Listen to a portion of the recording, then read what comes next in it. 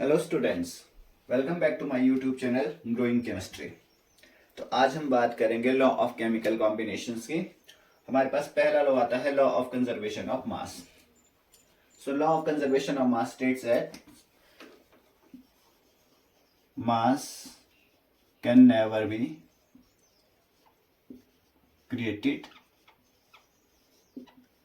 Nor destroy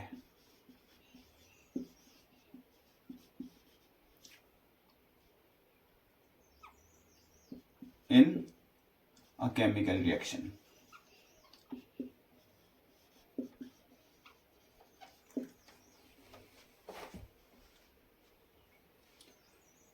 मतलब किसी भी केमिकल रिएक्शन में ना तो मास को बनाया जा सकता है और ना ही इसको डिस्ट्रॉय किया जा सकता है। फॉर एग्जाम्पल, हमारे पास x प्लस वाई चेंज हो रहा है, ये हमारे पास है रिएक्टेंट। ये चेंज हो रहा है हमारे पास P प्लस क्यू में, तो ये हमारे पास हुआ प्रोडक्ट। जो मास आपके यहाँ पे होगा वही मास आपको प्रोडक्ट में भी देखने को मिलेगा। मान के चलिए हमारे पास यहाँ पे x का मास 5 ग्राम है और यहाँ पे y का मास हमारे पास 4 ग्राम है, तो टोटल हमारे पास हो गया 9 ग्राम। सिमिलरली यहाँ पे हो सकता है आपके पास 7 ग्राम हो तो Q का मास आपके पास 2 ग्राम होगा, तो अगेन 9 ग्राम। तो ये होता है हमारे पास law of conservation of mass. इसके बेसिस पे हम एक न्यूमेरिकल देखेंगे। हमारे पास क्वेश्चन है 0.22 gram of hydrocarbons on combustion with oxygen gives 0.44 gram CO2 and 0.9 gram H2O. Show this reaction follows law of conservation of mass. तो अगर हम देखें तो हमारे पास एक रिएक्शन है जिसमें हमारे पास है हाइड्रोकार्बन। हाइड्रोकार्बन आपके पास है 0.22 ग्राम। जब हम इसकी रिएक्शन करते हैं ऑक्सीजन के साथ तो हमारे पास ये चेंज होता है कार्बन डाइऑक्साइड में plus water H2O। Carbon dioxide की क्वांटिटी हमारे पास दे रखी है 0.44 ग्राम और हमारे पास वाटर की क्वांटिटी दे रखी है 0.9 ग्राम। अब हमसे पूछा गया है कि आप बताइए ये रिएक्शन आपके law of conservation of mass को फॉलो कर रही है या नहीं कर रही है। तो हमारे पास हाइड्रोकार्बन की क्वांटिटी है, कार्बन डाइऑक्साइड की क्वांटिटी है, वाटर की क्वांटिटी है, हमारे पास ऑक्सीजन की क्वांटिटी गिवन नहीं है। तो यहां पर हम देखेंगे, अगर हम बात करें कार्बन डाइऑक्साइड की, CO2 की, अगर इसके हम मास की बात करें, मोलर मास की, तो कार्बन का मास होता है हमारे पास 12 ग्राम प्लस ऑक्सीजन का होता है 16, तो दो ऑक्सीजन का हमारे पास होगा 32, तो टोटल हमारे पास हो गया 44 ग्राम। तो यहां से हम कह सकते हैं कि अगर आपको 44 ग्राम कार्बन डाइऑक्साइड बनानी है तो उसके लिए हमें 12 ग्राम कार्बन की जरूरत पड़ेगी। तो हम कह सकते हैं जब आपके पास 12 ग्राम कार्बन अवेलेबल है तो आप 44 ग्राम कार्बन डाइऑक्साइड बना सकते हो। लेकिन हमारे पास जो हाइड्रोकार्बन है यहां पे, इसकी जो हमारे पास क्वांटिटी है ये दे रखी है, कार्बन डाइऑक्साइड की जो हमारे पास क्वांटिटी है यहां पे हमें कार्बन डाइऑक्साइड की क्वांटिटी गिवन है 0.44 ग्राम। तो 0.44 ग्राम कार्बन डाइऑक्साइड बनाने के लिए हमें कितने ग्राम कार्बन की नीड होगी, तो वो हमारे पास हो गया x ग्राम। हम इसको क्रॉस मल्टीप्लाई कर लेंगे, so x is equal to 12 into 0.44 upon 44। जब इसको हम सॉल्व करेंगे तो ये 0.01 अपॉन 1 कुछ इस तरीके से जाएगा ये।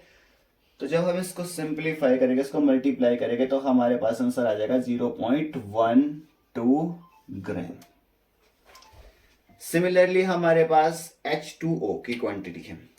अगर हम H2O को देखें, तो हमारे पास इसका अगर मोलर मास निकाले तो हमारे पास एक हाइड्रोजन का मास होता है 1, 2 का हो गया 2 और ऑक्सीजन का मास 16, तो टोटल हो गया 18।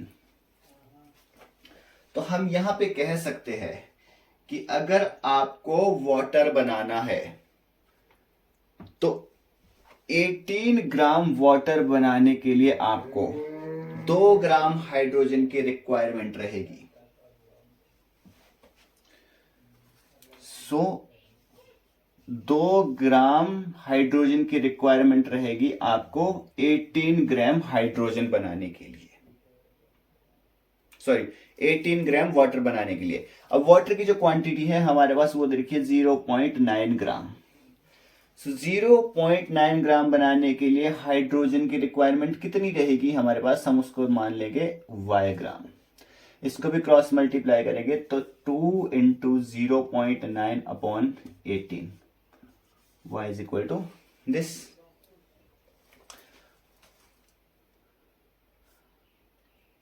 सो 2 9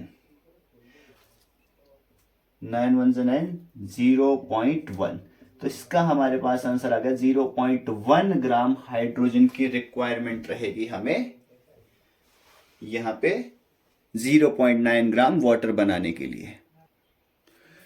तो यहां हाइड्रोकार्बन में हमने बात की थी हाइड्रोजन और कार्बन की, जो कि हमारे पास है 0.22 ग्राम।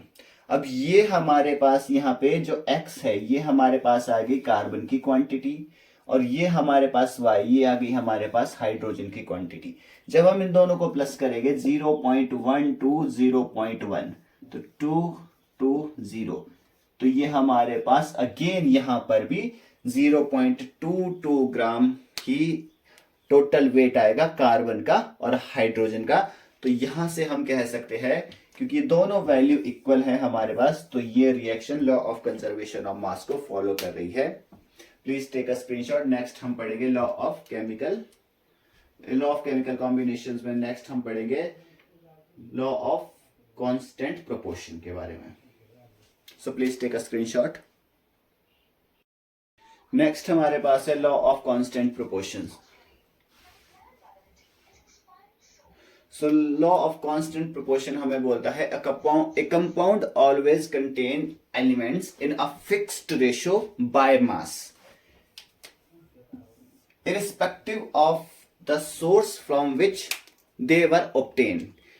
मान के चलिए आपके पास फॉर एग्जांपल वाटर है, ये वाटर आपके पास टैप का पानी हो सकता है, आपके पास नदी का पानी हो सकता है, झील का पानी हो सकता है, झरने का पानी हो सकता है, सोर्स कोई भी हो, बारिश का पानी हो सकता है। आप कहीं से भी वाटर सैंपल इकट्ठा कर सकते हो, किसी भी सोर्स से। अगर आपने कोई भी सोर्स इकट्ठा किया है आपने, तो इसका जो रेशो होगा बाय मास वो ऑलवेज सेम रहेगा। अब हमें पता है कि ये हाइड्रोजन है हमारे पास, अगर बाय मास देखें तो एक हाइड्रोजन का 1 तो 2 हाइड्रोजन का 2, और वहीं पर हमारे पास जो ऑक्सीजन है, ऑक्सीजन का मास होगा 16। तो अगर आप देखें तो 1:8, तो वाटर का हमारे पास जो रेशो रहेगा वो 1:8 रहेगा। वहीं पर अगर हम वाटर का हाइड्रोजन पर ऑक्साइड में इसको कन्वर्ट कर दे तो हमारे पास इसकी रेशो हो जाएगी 2:32 या 1:16। तो अगर रेशो चेंज होती है तो आपका पूरा का पूरा कंपाउंड चेंज हो जाता है। तो इसके बेसिस पर हमारे पास एक क्वेश्चन है, 0.7 gram of iron reacts directly with 0.4 gram of sulphur to form iron sulfide. If 2.8 gram of iron is dissolved in HCl and treated with sodium sulfide gives 4.4 gram of iron sulfide. Find the above data follows law of law of constant proportion. हमारे पास क्या दिया है, हमारे पास iron दे रखा है, हमारे पास 0.7 ग्राम, ये directly sulphur के साथ आपके जो कि 0.4 ग्राम सल्फर आपको दे रखा है, ये सीधा कन्वर्ट होता है आयरन सल्फाइड में। अब अगर देखा जाए तो इसका जो रेशियो है हमारे पास वो है 0.7, यानी कि 0.7 रेशियो 0.4 इतना है, यानी कि 7:4 हमारे पास इसका रेशियो है। अब जो दूसरा दे रखा है हमारे पास कि आयरन को पहले डिसॉल्व किया है HCl में, ठीक है, और इसको ट्रीट किया हुआ है, और ये जो यहाँ पे आयरन की क्वांटिटी दे रखी है वो दे रखी है 2.8।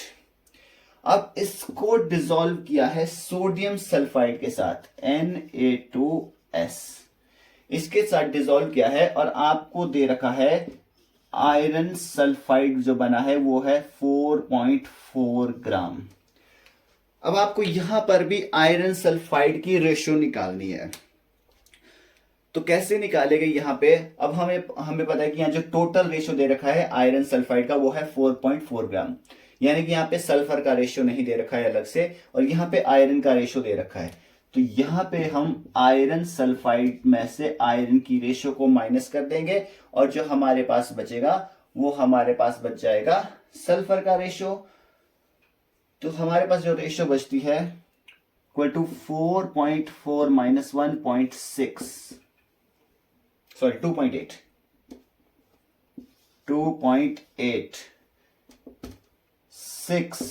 1.6 हमारे पास इसकी रेशियो आ जाती है। जो सल्फर है हमारे पास वो आ गया 1.6। तो यहाँ पे जो हमारे पास आयरन सल्फाइड की रेशियो रहेगी FeS की, ये रहेगी आपके पास 2.8 रेशियो 1.6। इसको सिंप्लीफाई करो, पहले डेसिमल हटाएंगे, 7 टाइम जाएगा, 7 4 जा 28, 4 4 जा 16। तो अगेन हमारे पास जो रेशियो आ गई वो आ गई 7:4। तो हम कह सकते हैं कि ये जो डाटा है ये सही है, ये लॉ ऑफ कांस्टेंट प्रोपोर्शन को फॉलो करता है। आज के लेक्चर में बस इतना ही। वीडियो अच्छे लगे तो वीडियो को कीजिए लाइक एंड शेयर, चैनल को कीजिए सब्सक्राइब। मिलते हैं अगले वीडियो में।